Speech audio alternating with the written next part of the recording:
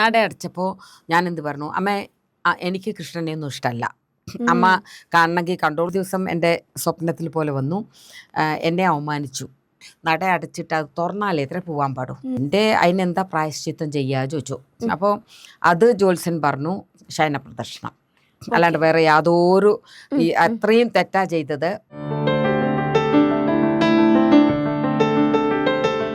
26 തവണ പോയ കാര്യം പറഞ്ഞു. അതുപോലെ ഒട്ടും ഭഗവാനെ, അതായത് നോക്കിയിരുന്ന ഒരാളല്ല, വന്ദിച്ചിരുന്ന ഒരാളല്ല, പക്ഷെ ഇപ്പം ഹാർഡ് കോർ ആയിട്ട് ഭഗവാനെ ഇഷ്ടമാണ്, അല്ലെങ്കിൽ വന്ദിക്കുന്ന ഒരാളാണ്. അപ്പം എന്ന് പറഞ്ഞ പോലെ ആ ഒരു ഭഗവാന്റെ എക്സ്പീരിയൻസ് കിട്ടുന്ന രീതിയിൽ, അതിപ്പം ആരും ആയിക്കോട്ടെ, ഇതൊരു കൃഷ്ണനായിക്കോട്ടെ, ഭഗവതി ആയിക്കോട്ടെ, ശിവനായിക്കോട്ടെ, ആ ഒരു ഭഗവാൻ ഉണ്ട്, അല്ലെങ്കിൽ ആ ഒരു എക്സ്പീരിയൻസ് ഫീൽ ചെയ്ത അനുഭവങ്ങളൊന്നും. ഭഗവതിയുടെ എനിക്ക് ഓരോ കാലടിക്കും എൻ്റെ ഭഗവതിയുടെ എക്സ്പീരിയൻസ് ഉണ്ട്.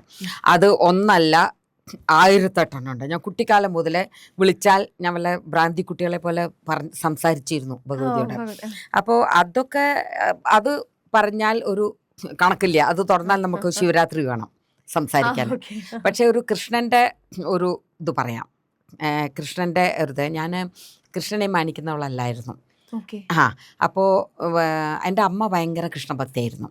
അപ്പോൾ അമ്മ എപ്പോഴും ഗുരുവായൂരപ്പൻ ടെമ്പിളിൽ പോവും നാട്ടിലെ. അപ്പോൾ ഒരു ദിവസം ഞാൻ ഇവിടുന്ന് ഞാൻ ഗുരുവായൂർ കണ്ടില്ലായിരുന്നു ആ സമയത്തൊന്നും. ഞാൻ ഡൽഹി പോയതിന് ശേഷം എനിക്ക് ചോട്ടാനിക്കര അമ്മയെ കാണാൻ ആഗ്രഹം തോന്നി. അപ്പം ഞാൻ അമ്മയോട് പറഞ്ഞു, എനിക്ക് ചോട്ടാനിക്കര പോകണം അമ്മേ, ഒന്ന് പോവുക ചോദിച്ചു. അമ്മ പറഞ്ഞു ഓക്കെ വരൂ. ഞാൻ വന്നു. അമ്മയും അമ്മയുടെ ഒരു അസിസ്റ്റൻ്റ് എന്ന് പറയാം, ഒരു സ്ത്രീ എപ്പോഴും ഒത്തു നടക്കുന്ന, അവരും കൂടെ പോയി. അപ്പം അവരുടെ ഒരു ടൂറ് ഗുരുവായൂർ ടെമ്പിൾ, പിന്നെ മറ്റേ ടെമ്പിൾ, മറ്റേ ടെമ്പിൾ ഉള്ള അങ്ങനെ ഒരു ടൂറാണ് അവരുടെ പോവുകയാണെങ്കിൽ. അപ്പം അങ്ങനെ പോയപ്പോൾ അവർ ആദ്യം ഗുരുവായൂർ പോയി. ഗുരുവായൂർ പോയിട്ട് ഞങ്ങളവിടെ എത്തിയതും നട അടച്ചു. നട അടച്ചപ്പോൾ ഞാൻ എന്ത് പറഞ്ഞു, അമ്മ എനിക്ക് കൃഷ്ണനെയൊന്നും ഇഷ്ടമല്ല, അമ്മ കാണണമെങ്കിൽ കണ്ടോളൂ, അല്ലെങ്കിൽ നമുക്ക് ചോട്ടാനിക്കർ, എനിക്ക് അവിടെ ചോട്ടാനിക്കർ എത്താൻ ധൃതിയാവണോ എന്ന് പറഞ്ഞു. അമ്മ പാവം എൻ്റെ വർത്തമാനം കേട്ട് ചലോ പോവാ എന്ന് പറഞ്ഞ് നട അടച്ച് തുറക്കാൻ നിന്നില്ല. ആ 2 മിനിറ്റ് അടച്ചിരിക്കുന്ന തുറക്കാൻ ഞാൻ സമയം കൊടുത്തില്ല. ഞാൻ അവിടുന്ന് പോയി. ഞങ്ങൾ ചോട്ടാനിക്കരെ പോയി, നന്നായി ദർശനമൊക്കെ കഴിച്ച് ഞാൻ തിരിച്ച് ഡൽഹി ഹാപ്പിയായി. എൻ്റെ കാര്യം നടന്നു. ഞാൻ ഭഗവതിയെ മാനിക്കണു എന്നുള്ള ഡൽഹി പോയി. എൻ്റെ ഒരു കാര്യവും നടക്കണില്ല. എല്ലാ കാര്യവും ഇതാവണു, പക്ഷെ കാര്യം നടക്കില്ല. അപ്പോൾ അച്ഛനോടും അമ്മയോടും ഞാൻ എഴുതി, പിന്നെ എന്താ ഒന്ന് എൻ്റെ ജാതകം വെച്ച് നോക്കുമോ, എൻ്റെ ഒരു കാര്യം ആയി എന്ന് പറഞ്ഞിട്ട് ആവണില്ല, അപ്പോൾ എന്താ അതിൻ്റെ പ്രശ്നം എന്ന്.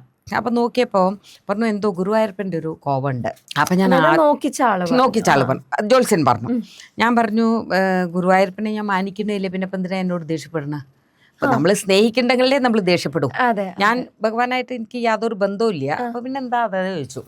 പറഞ്ഞു എന്തോ ഉണ്ട്. അപ്പം ഞാനിങ്ങനെ ടെൻഷൻ, എന്താണ് എൻ്റെ കാര്യമൊന്നും നടക്കാത്തത്, ഗുരുവായൂരപ്പനെ ഞാൻ മാനിക്കുന്നില്ല, പിന്നെ ഇപ്പം എന്തിനാ എന്നോട് ദേഷ്യപ്പെടണ അല്ലേ? അപ്പോൾ അതാ വിചാരിച്ച. പക്ഷേ എനിക്കൊരു ദിവസം എൻ്റെ സ്വപ്നത്തിൽ പോലെ വന്നു, എന്നെ അവമാനിച്ചു എന്നുള്ളത്.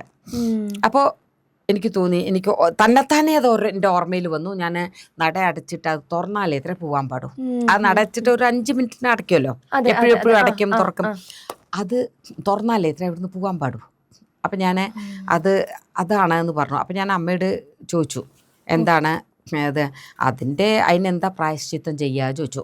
അപ്പോൾ അത് ജ്യോത്സ്യൻ പറഞ്ഞു ശയന പ്രദർശനം, അല്ലാണ്ട് വേറെ യാതൊരു അത്രയും തെറ്റാ ചെയ്തത്, അതിന് ശയന പ്രദർശനം എന്ന് പറഞ്ഞു. ഞാൻ അതേ സമയത്ത് ഒന്നും ചോദിച്ചാൽ ഞാൻ നാട്ടിൽ പോയില്ല, നേരെ കൊച്ചി ഇറങ്ങി ഗുരുവായൂർ ടെമ്പിളിൽ പോയി. ഗുരുവായൂർ ടെമ്പിളിൽ പോയി അവിടെ ചോദിച്ചപ്പോൾ പറഞ്ഞു, അവിടെ കുളത്തിൽ പോയി കുളിച്ച് ഈറൻ തുണിയോടുകൂടെ വലം ചുറ്റണം, കിടന്നിട്ട് ഉരുളണം. അപ്പോൾ ഞാൻ കുളിച്ചു. എൻ്റെ പാരുണ്ടല്ലേ, അപ്പോൾ ആൾക്കാർ പറഞ്ഞു നിങ്ങളുടെ ഒപ്പം ആരാ ഉള്ളത്, എന്താ വെച്ചാൽ വളയും, ഇങ്ങനെ വളഞ്ഞ് പോണ്ടേ, അപ്പം നമ്മൾ ആ വഴി തെറ്റും. അപ്പം ഞാൻ പറഞ്ഞു എൻ്റെ ഒപ്പം കൃഷ്ണനെ ഉള്ളൂ, എന്നെ വിളിച്ച ആളെന്നെ ഉള്ളൂ, അല്ലാണ്ട് എൻ്റെ ഒപ്പം ആരുമില്ല.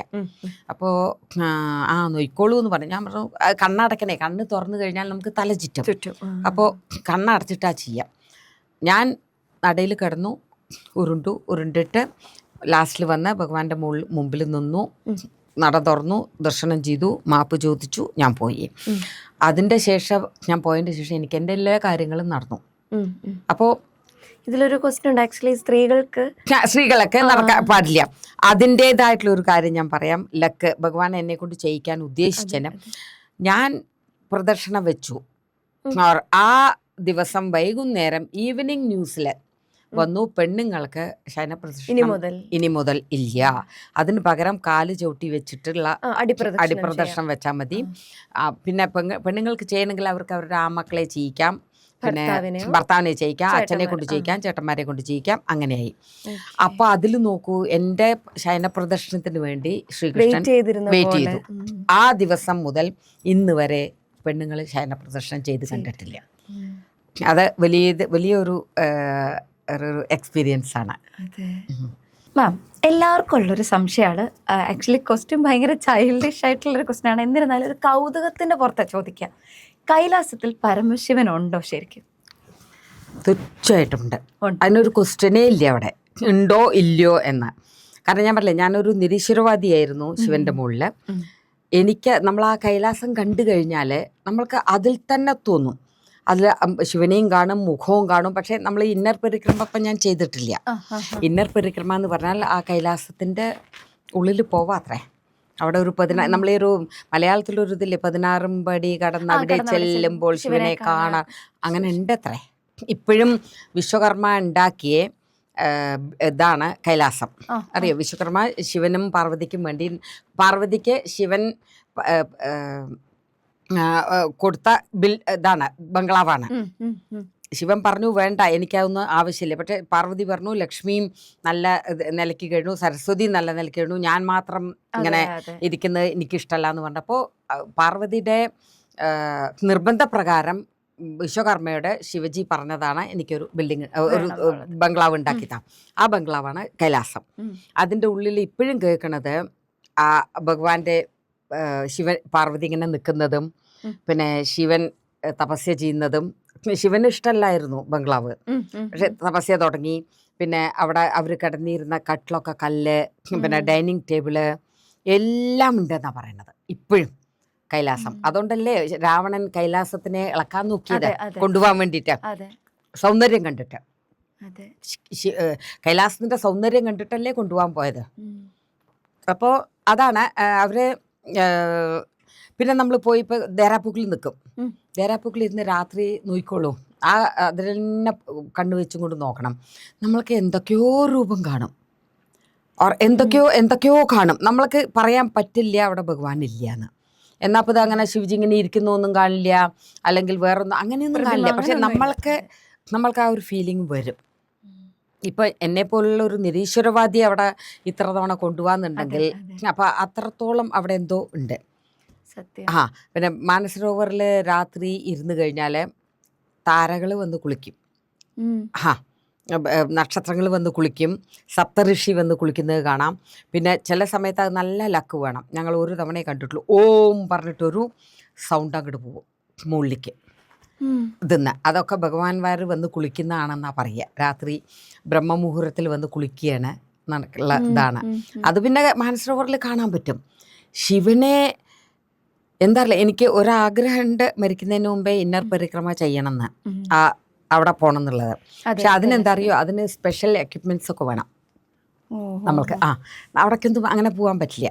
പിന്നെ ഭക്ഷണമൊന്നും കൊണ്ടുപോകാൻ പറ്റില്ല, മഞ്ഞല്ലേ, ഐസിലല്ലേ പോകണ്ടേ. പിന്നെ റസ്സിയൊക്കെ കെട്ടിയിട്ട് വേണം അതിൽ കൊണ്ടുപോകാൻ. അതിനുള്ള എക്സ്പീരിയൻസ് ആൾക്കാരൊക്കെ വേണം നമുക്ക്. അപ്പോൾ പിന്നെ ഡ്രൈ ഫ്രൂട്ട്സ് ഒക്കെ കയ്യിൽ വെക്കാൻ പറ്റും. അങ്ങനെ ഒരു ഇതുണ്ട്, അതൊന്ന് നോക്കണം. ഇത്തവണ എന്തായാലും മധുവിൻ്റെ ഒപ്പം പോയി വന്നതിന് ശേഷം നോക്കട്ടെ, അടുത്ത തവണ അതിൻ്റേതായിട്ടുള്ളൊരു ട്രിപ്പിൽ പോകണം, ഇന്നർ പരിക്രമ.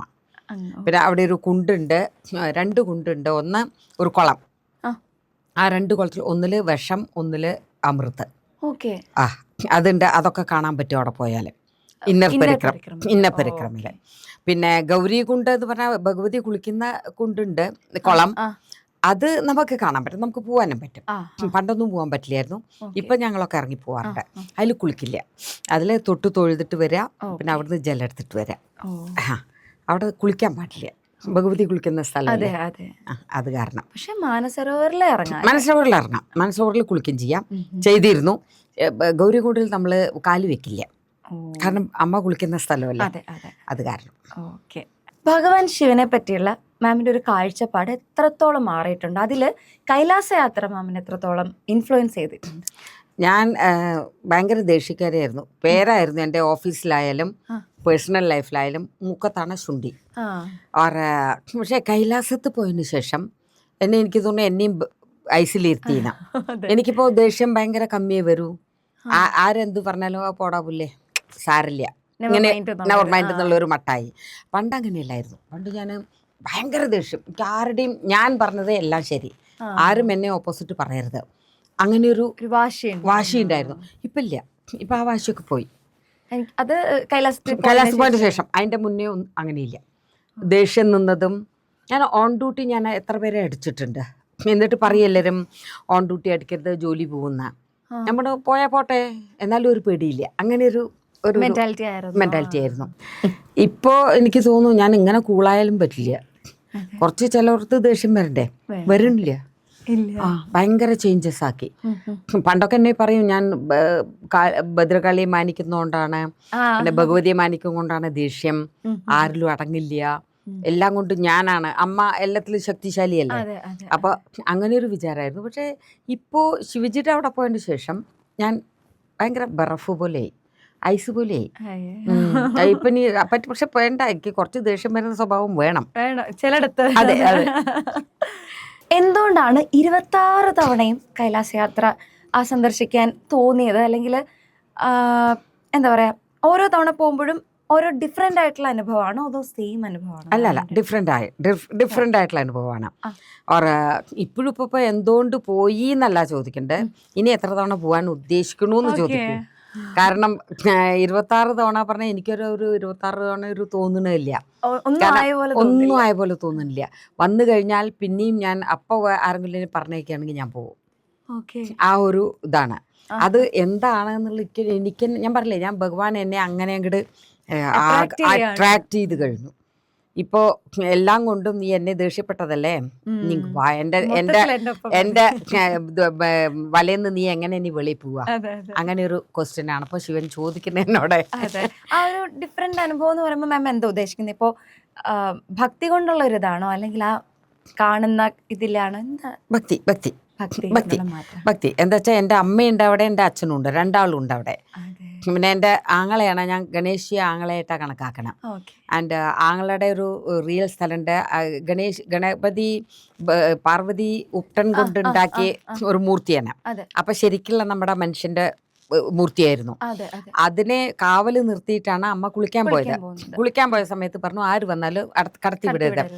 ശിവജി വന്നപ്പോ അറിയില്ലായിരുന്നു അത് അച്ഛനാണെന്ന്. ലഹള തുടങ്ങി ജയിക്കാൻ, മകനെ ജയിക്കൂ, കാരണം അമ്മയുടെ അനുഗ്രഹമുണ്ട്. പക്ഷേ അത് അറിയാൻ രണ്ടുപേർക്കും അറിയാം, ശിവനും അറിയാതെ എൻ്റെ ഇത് ആരാണ് ഇത്രത്തോളം ലഹള അടിക്കണമെങ്കിൽ, അപ്പോൾ എന്നോട് വെല്ലുവിളിക്കാന്നുണ്ടെങ്കിൽ എന്തോ സംതിങ് ഉണ്ട്. അപ്പോൾ ദേഷ്യം വന്നിട്ട് തലയർത്ത് കഴിയുമ്പോഴേക്കാണ് അമ്മ വരിക. അമ്മ ശിവനായിട്ട് ലഹള കൂടും, എൻ്റെ കുട്ടിയെ കൊന്നു, എന്നിട്ട് എല്ലാ ഹിസ്റ്ററിയും പറയും. അപ്പോഴാണ് ശിവൻ പറയുക, ഇന്ന സ്ഥലത്ത് പോവും, വടക്കോട്ട് തല വെച്ചിരിക്കുന്ന ആരായാലും, ആദ്യം കാണുന്ന മൃഗായാലും മനുഷ്യനായാലും തലയെടുത്തിട്ട് വരാം. പക്ഷെ ആദ്യം ദൂതന്മാർ കാണുന്നത് ആനയാണ്. അപ്പൊ ആനക്കുട്ടിയുടെ തലയെടുത്തിട്ട് വരും, ഇവയ്ക്കും അതിനുള്ള ഫുൾ ശക്തി കൊടുക്കും. എല്ലാം കൊണ്ട് ഇപ്പം നമ്മൾ ഒരു പൂജ ചെയ്യുന്ന സമയത്ത് ഗണേശിയുടെ പൂജയാണ് ആദ്യം ചെയ്യുക. അതെന്തുകൊണ്ടാണ്? മൂപ്പർക്കുള്ള വരദാനമാണ് അത്. അവരെ അത് ചെയ്യേണ്ട നമ്മൾക്ക് യാതൊരു ഫലം കിട്ടില്ല. അപ്പോൾ അങ്ങനെ ഒരു ഇത് കിട്ടും. ആ സ്ഥലമുണ്ട് അവിടെ, മുക്തിദ്വാർ എന്ന് പറയും അതിന്. മുക്തിദ്വാർ, ആ ലഹള ഉണ്ടായ സ്ഥലം, യുദ്ധം ഉണ്ടായ സ്ഥലം മുക്തിദ്വാർ എന്ന് പറയും. ആ സ്ഥലമുണ്ട്. അതൊക്കെ ഇങ്ങനെ കാണുമ്പോൾ നമുക്കിത് തോന്നില്ല, ഇത് ഇവിടെ ഒന്നും ഇങ്ങനെ നടന്നിട്ടില്ല എന്ന്. ശരിക്കും തോന്നും ഇവിടെ തമ്മിത്തല്ലുണ്ടായി അച്ഛനും മകനും കൂടെ. ഇപ്പൊ പോകുമ്പോഴും നമുക്ക് അങ്ങനെ, ഇപ്പൊ പോകുമ്പോഴും തോന്നുന്നത്. ഇപ്പൊ എപ്പോഴും ഒരേപോലെയാണ് കാണാന്, പക്ഷെ ഫീലിംഗ് പലതും പുതിയത് ഫീലിംഗ് ആ വരെ. ഇവിടെ ശരിക്കും ഇവിടെ യുദ്ധം നടന്നിട്ടുണ്ട്. അച്ഛനും മകനും കൂടെ ഇവിടുന്നാണ് അത് എടുത്തിട്ട് വന്നേ. ആ ഒരു ഫീലിംഗ് തന്നെത്താനെ വരും. അതുപോലെ ഗൗരികുണ്ട് കാണുമ്പോൾ നമ്മൾ കുളിക്കുന്ന സമയത്ത് നമ്മളവിടെ നോക്കുമ്പോൾ ഇതിലല്ലേ അമ്മ കുളിക്കാൻ വന്നിട്ട് എന്നും, അങ്ങനെ ഒരു ഫീലിംഗ് വരും. പിന്നെ അതുപോലെ നമ്മളിങ്ങനെ കൈലാസം ഇങ്ങനെ അങ്ങ് നോക്കിക്കൊണ്ടിരുന്നാൽ മതി വൈകുന്നേരം. അതിലും അതെ, ശരിക്കും ചിലപ്പോൾ തോന്നും ഇങ്ങനെ അമ്മയും ശിവനും കൂടെ ഇങ്ങനെ നിൽക്കണു തോന്നും. അങ്ങനെ പല പല പല പല ഒരു ഇതുണ്ട്. അലകല നമ്മൾക്ക് എപ്പോഴും ഞാൻ അല്ല അപ്പം ഒരു തവണ കണ്ടു കഴിഞ്ഞാൽ ഒരു തവണ കണ്ടില്ലേ മതി, വലിയ അങ്ങനെ പൈസയില്ല. ഇപ്പം നമ്മൾക്ക് നോക്കാം, തൻ മൻ ധൻ ഇത് മൂന്നും വേണം കൈലാസത്ത് പോകാൻ. തൻ എന്ന് പറഞ്ഞാൽ ശരീരം ഒത്തുതരണം. നമ്മൾക്ക് ഇപ്പം എന്തെങ്കിലും അസുഖം ഉണ്ടെങ്കിൽ പോകാൻ പറ്റില്ല. മൻ വേണം, ശരീരവും നന്ന് പൈസയുണ്ട്. നമുക്ക് മനസ്സില്ലെങ്കിൽ എന്ത് ചെയ്യും, പോകാൻ പറ്റില്ലല്ലോ. അപ്പം എത്ര പൈസക്കാരുണ്ട്, അവരൊന്നും പോകണില്ലല്ലോ. അപ്പോൾ തൻ മൻ ധൻ, മനസ്സ് ശരിയായി വേണം, പിന്നെ ശരീരം വേണം, ധൻ വേണം. ധൻ ഇല്ലെങ്കിലും കൂടെ അത് തന്നെ വന്നോളും. പക്ഷെ ശരീരവും മനസ്സും വേണം. അപ്പം ഞാൻ നിങ്ങളെ തരാം, പൈസ തരാം, നിങ്ങൾ പോകാൻ പറ്റുമോ? പറ്റില്ല. അവിടുന്ന് വിളിക്കണം, എന്നാലേ പോകാൻ പറ്റൂ. അത് ഏത് അമ്പലത്തിലായാലും. നമ്മളിപ്പോൾ ഇവിടെ പോകുന്നുണ്ട്, വൈഷ്ണോദേവി പോകുന്നുണ്ട്, നമ്മൾ പറയേണ്ട എല്ലാ മാസവും പോകണ്ട. എല്ലാ മാസവും നമ്മൾ പോവില്ല, നമ്മളെ വിളിക്കുകയും ചെയ്യുന്നു. വിളിച്ചതുകൊണ്ട് പോവുകയാണ്, അല്ലാണ്ട് വിളിക്കാണ്ട് പോകാൻ പറ്റില്ല ഏത് ഭഗവാന്റെ. ശിവനെ സംബന്ധിച്ചിടത്തോളം തൻ മൻ ധൻ മൂന്നും വേണം. ഫസ്റ്റ് ഞാൻ ആ കൈലാസ പർവ്വതം, നമ്മൾ ദേരാപുക് എന്ന് പറഞ്ഞിട്ടുള്ള ഒരു സ്ഥലത്തു നിന്നാണ് കൈലാസം ശരിക്കും കാണുക. അവിടെ പോയപ്പോൾ ആ കൈലാസം അങ്ങോട്ട് കണ്ടതും എനിക്ക് എന്താ അറിയില്ല, എന്നെ അങ്ങനെ അടുപ്പിച്ചു ഭഗവാൻ. ഒരു ദിവസം എൻ്റെ സ്വപ്നത്തിൽ പോലെ വന്നു, എന്നെ അവമാനിച്ചു എന്നുള്ളത്. അപ്പോൾ എനിക്ക് തോന്നി, എനിക്ക് തന്നെത്താനെ അത് എൻ്റെ ഓർമ്മയിൽ വന്നു. ഞാൻ നട അടച്ചിട്ട് അത് തുറന്നാലേ എത്ര പോകാൻ പാടും. ആ നട അടച്ചിട്ട് ഒരു 5 മിനിറ്റിന് അടയ്ക്കുമല്ലോ, എപ്പോഴും അടയ്ക്കും തുറക്കും. അത് തുറന്നാലേ എത്ര ഇവിടുന്ന് പോകാൻ പാടുണ്ട്. 95 സമയത്ത് അവർ ആരെങ്കിലും അതിനാണ് നമ്മൾ ഗ്രൂപ്പായിട്ടാണ് പോവുക. ഒരാളും ഒറ്റയ്ക്ക് പോവില്ല. നമ്മളുടെ ആൾക്കാർ ഒന്നായിട്ടേ പോവും. അല്ലെങ്കിൽ ഇത് കേട്ടിട്ടുണ്ട്, ഞാൻ കണ്ടിട്ടില്ല, പക്ഷെ ഒരു കേട്ടിട്ടുണ്ട്, അവർ മനുഷ്യന്മാരെ തിന്നുമായിരുന്നു.